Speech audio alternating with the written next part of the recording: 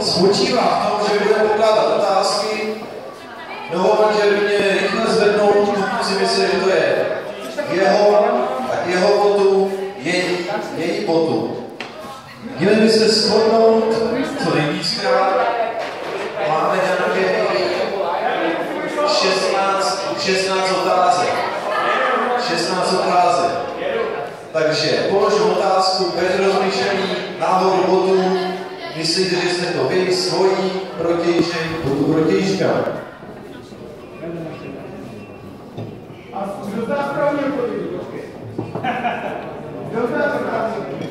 Všichni.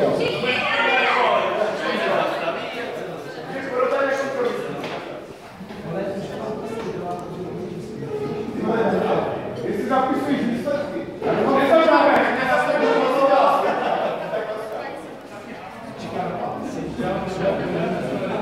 takže jdeme na to.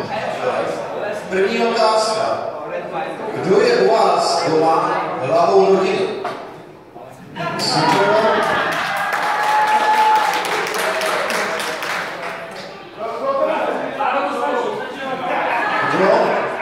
Kdo ve vaší rodině drží nebo bude držet kasem?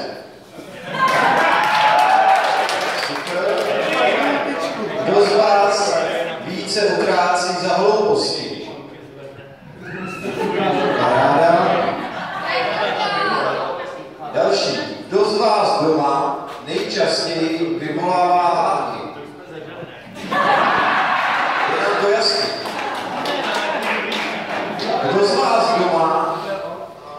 Kdo z vás má většinou pravdu?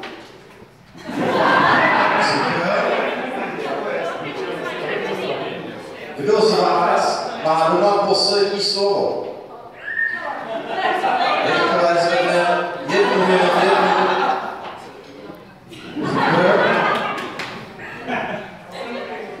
Kdo z vás zapomněl na výročí nebo na narození? Samozřejmě to protější.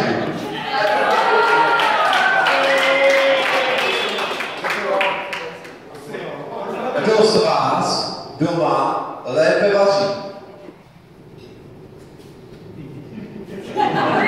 Super.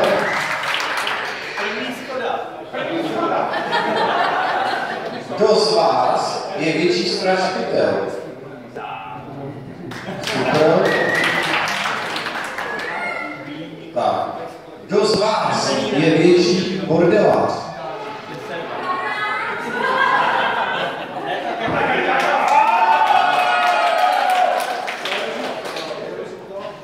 Tak. A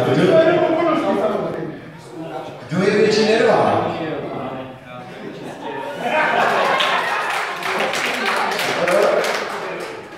Kdo toho z vás víc vypije? Samozřejmě.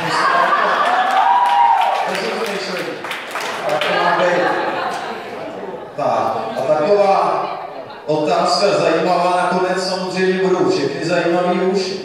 Takže kdo z vás chce častěji, co myslíte, sex? Přesně tak, kdo z vás častěji chce sex? Nepřemýšlej.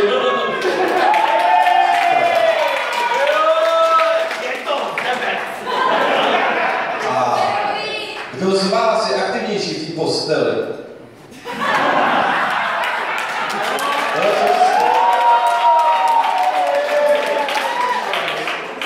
Tak a další otázka se bude točit taky okolo toho, takže kdo z vás se více těší na svatební noc?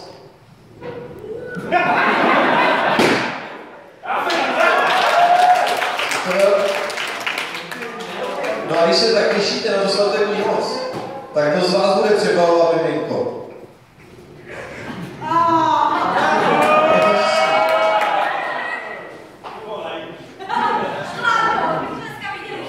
Takže super, máme tady 11 schod ze 16, což je více než půlka, takže paráda.